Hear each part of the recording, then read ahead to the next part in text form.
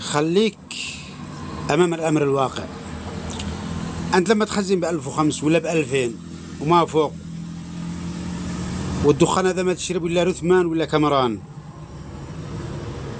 وبعدين بالعشي وقت الوجبة يعني تشل لعيالك لأسرتك اللي اليوم أمانة في ذمتك واحد زبادي.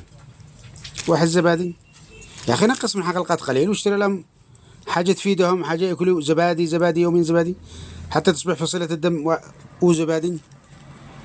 ولا من حق الدخان اشرب يا أخي فيشر، اشرب ريوس، اشرب شملان، فإن لك عليك حق.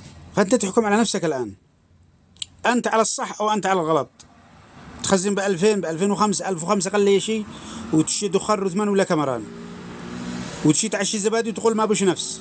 من يعجي لك نفس؟ منين كيف تنزل الزبادي؟ كيف تنزله؟ هذا الزبادي ما ينزلش حتى عبر الأنابيب، ما ينزلش.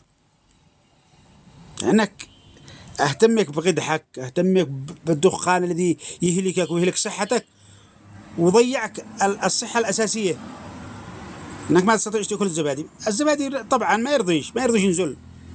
أنت تنزله ويرجع قات دخان، ما يرضيش يجتمع الزبادي والدخان والقات.